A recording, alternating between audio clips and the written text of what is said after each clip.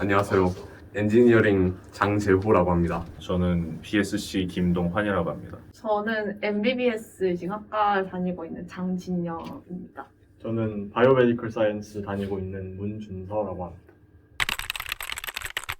엔지니어링은 그 홍콩대 파운딩 faculty 중 하나고 총 5가지의 학과로 이루어져 있는데 토목공학, 컴퓨터 사이언스, 기계공학, 그리고 인더스트리얼 엔지니어링, 그리고 산업공학 이렇게 5개로 이루어져 있습니다. 이제 BSC 안에 바이오도 있고, 화학도 있고, 수학, 통계, 리스크 매니지먼트 같은 다양한 학과들을 이제 포함하고 있는 그 패컬티인데, 저는 이제 그 중에서 케미스트리거든요. 케미스트리는 말 그대로 화학하는 거죠.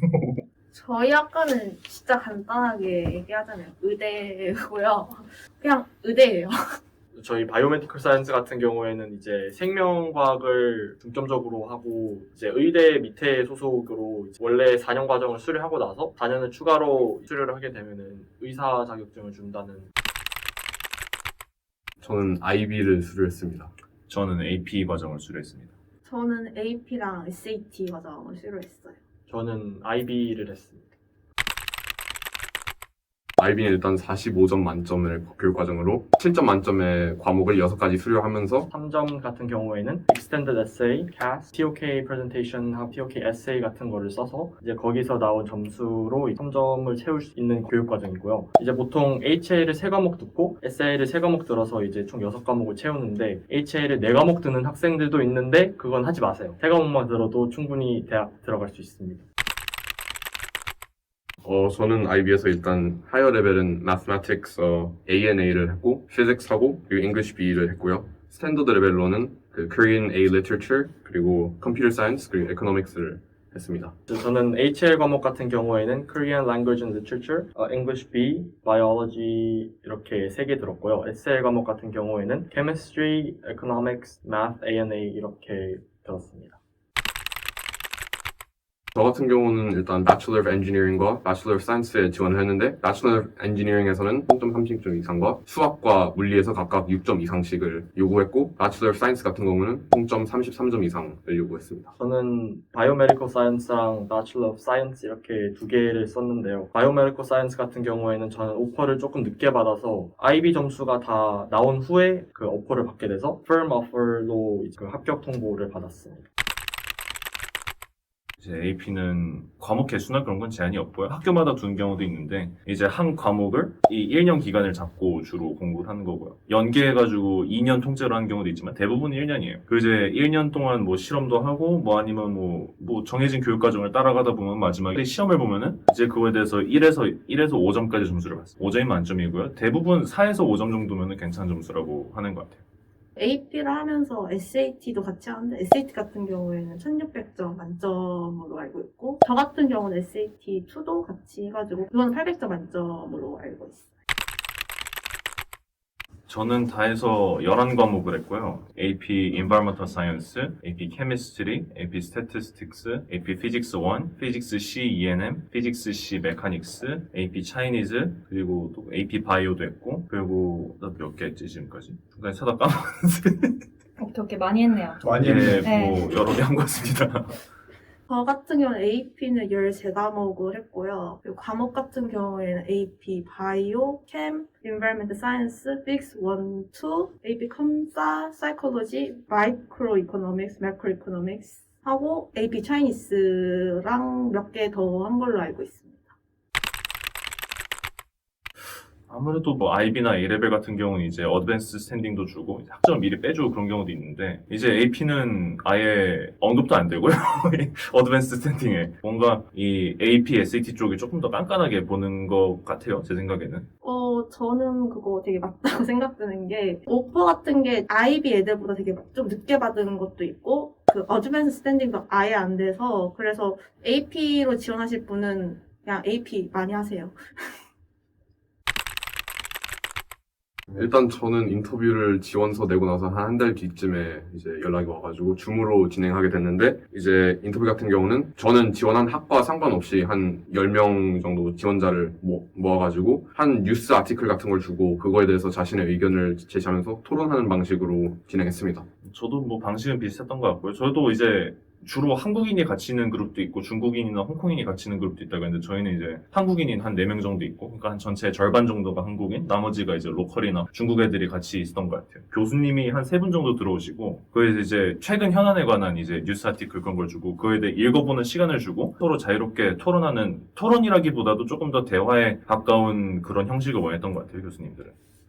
저는 인터뷰를 2번 봤고요. 첫 번째 인터뷰는 이제 약간 그룹 디스커션 그런 느낌으로 무슨 아티클을 나눠주면 이제 그거에 대해서 교수님의 하신 질문에 답을 하는 형식으로 첫 번째 인터뷰가 진행이 됐고요. 그리고 이제 바이오메디컬 사이언스에서 따로 이제 인터뷰 요청이 와서 이제 인터뷰를 12월 달에 진행을 하게 되었는데 학교에서 그 바이오메디컬 사이언스 인터뷰에 비해서 굉장히 수준이 높았고 조금 더 심화된 질문을 많이 하는 것 같아요. 이제 오히려 자기소개랑 이 전망에 대해서 물어보기보다는 이제 바이오메디컬 사이언스에서 뭘 공부를 하고 그 바이오메디컬 사이언스가 정확히 뭐에 대한 그 관련된 질문을 조금 더 심층적으로 분석을 하게 하는 그런 질문들을 많이 했던 걸로 기억을 합니다. 제가 지금 의대에서는 코로나 때문에 줌으로 인터뷰를 봤는데 그 교수님들이 총 4명이 있었고, 한 명씩 그냥 질문 하나씩 하는데 준비 시간 30초씩 주고, 그냥 답변할 시간 2분 줘가지고, 그냥 간단한 인성이랑 아티클 같은 그런 질문들을 주고, 보통 그런 거 질문 답은 없지만 저희가 어떻게 논리적이게 생각을 하고 어떻게 결정을 내지 그런 거를 조금 많이 보는 인터뷰였던 것 같아요. 저는 들어올 때부터 화학과를 원해서 이제 여기를 지원했기 때문에 저는 화학에 관련해서 주로 썼고요. 근데 솔직히 제대로 된 내용이었는지는 잘 모르겠어요. 저도 잘 에세이를 잘 쓴 편은 아니라. 근데 주로 자기가 원하는 학과나 아니면 원하는 패컬티에 관련해서 쓰는 게 일반적이지 않나라고 생각을 합니다. 저는. 저 같은 경우는 personal statement은 안 냈습니다. 일단 지원서를 내고 이제 supporting documents가 따로 낼 수 있는데 그거를 따로 내려고 이제 지원서를 넣고 기다렸는데 personal statement 쓰려고. 근데 오퍼가 온 거예요. 그래서 안 냈습니다. 부럽네요. 근데 여러분은 내세요. 저 같은 경우에는 애초에 의대가 제일 목표로 지원했기 때문에 제가 의대에 그냥 왜 가고 싶은지, 왜 관심이 생긴지 그거에 대해 중점적으로 적었던 것 같아요. 저는 이제 대학교를 다니면서 이제 바이오메디컬 사이언스를 전공하면서 그 앞으로의 전망 같은 거 위주로 썼고요. 또 저는 IB를 하면서 Extended Essay로 바이올로지 관련된 거를 토픽을 정했기 때문에 그 바이올로지 Extended Essay를 쓰면서 제가 뭘 배웠고 그거에 관련된 거를 좀 중점적으로 써서 제가 그만큼 바이오메디컬 사이언스에 들어가고 싶다는 걸 좀 강조했던 것 같아요. 일단 저 같은 경우는 IB에서 과목 선택이 가장 장점으로 작용한 것 같은데, IB에서 하이어 매스와 피직스를 함으로써 이제 좀 더 쉽게 들어가지 않았나, 좀 더 들어가는데 도움이 되지 않았나. 저도 비슷했던 것 같아요. 서브젝트를 볼 때도 수학이랑 화학이랑 물리 그런 쪽 이과 쪽으로 몰아서 보고 그 이제 AP도 칼큘러스 BC나 아니면은 피직스 C 그런 이과 쪽이나 아니면은 조금 어렵다고 평이 나 있는 과목들 예를 들어 AP 세미나나 AP 리서치 같은 것들이 이제 주로 선택해서 들어오고요. 이제 고등학교 때 이제 고통받은 게 이제 보답을 해주는 게 아닌가 그렇게 생각합니다. 저는. 저 같은 경우에 성적이 제일 장점으로 작용된 것 같고, 딴 걸로 치면 저는 봉사를 되게 많이 해가지고 그것도 엑스트라로 되게 많이 작용됐던 것 같아요. 저 같은 경우에도 일단 IB라면서 고득점을 딴 게 가장 크게 작용했던 것 같아요. 일단 저는 IB를 하면서 과목 선정도 그나마 조금 더 수월하게 진행할 수 있도록 일단 엔지니어링의 장점이 있다면은 일부 학과 컴퓨터 사이언스 같은 경우는 전망도 나쁘지 않다 생각하고요. 그리고 장점 따로 별로 없는 것 같은데, 이제 단점 같은 경우는 이제 아무래도 공대다 보니까 여자가 별로 없습니다. 수업 들어가면 80% 이상이 남자예요, 남자. 네. 오케이. 사이언스 BSC 같은 경우에는 대체로 비슷하고요. 저희도 대부분 다 남학생들이고. 근데 아무래도 엔지니어링보다는 조금 낫지 않을까, 이쪽이. 그리고 저희는 이제 아무래도 과학이나 그런 것만 딱 하는 게 아니라 여러 가지 연계의 다른 과목들도 이제 많이 준비가 되어 있기 때문에 로컬 선배들이나 다른 한국인 선배들 같은 경우에는 금융 쪽이나 기술 쪽으로 취업을 한 사람들도 굉장히 많다고 들었고요. 꼭 연구원이나 대학원이라는 그런 정해진 길만 있는 건 아닌 것 같습니다. 일단 장점은 저희 학과는 취업 걱정이 없어요. 단점이라면 저 메라에서 맨날 새벽 3시까지 있어요. 저희 학과 장점은 일단 남녀 비율이 비슷하고요. 저희 학과 같은 경우에는 이제 방향성이 조금 더 포괄적으로 넓혀져 있다는 게 굉장히 좋은 것 같아요. 저희 학과 같은 경우에는 이제 의대로 진학을 나중에 할 수도 있고, 수의사로 나중에도 할 수도 있고, 그런 방향성이 되게 넓혀져 있다는 게 가장 장점인 것 같고, 랩을 또 자주 가기 때문에 만약에 실험기구 같은 거 좋아하시면 자주 만드실 수 있으실 거예요. 단점 같은 경우에는 이제 아직은 신입생이라 잘 모르겠어요. 오케이. 우리 학과를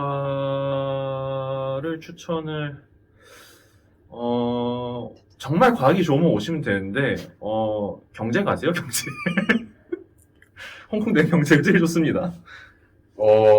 엔지니어링 추천하는 이유라고 하면은 이제 엔지니어링에 관심이 있으면은 들어와도 굉장히 좋은 학과라 생각하고요. 그리고 또 추천하는 이유는 내년에 저라는 선배를 가질 수 있게 됩니다. 의사 되고 싶으면 오세요. 저희 학과는 바이오 좋아하시고 아직 미래에 대한 생각이 없으시면 오세요. 이게 맞아? 이게 맞는 거야? 안티. 끝났어. 바이오매스. 구독과 좋아요. 알림 설정까지. 바이오메디컬 사이언스 같은 경우에는 의대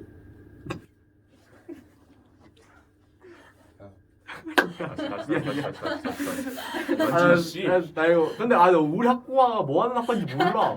그걸 말해 보면. 자 다시.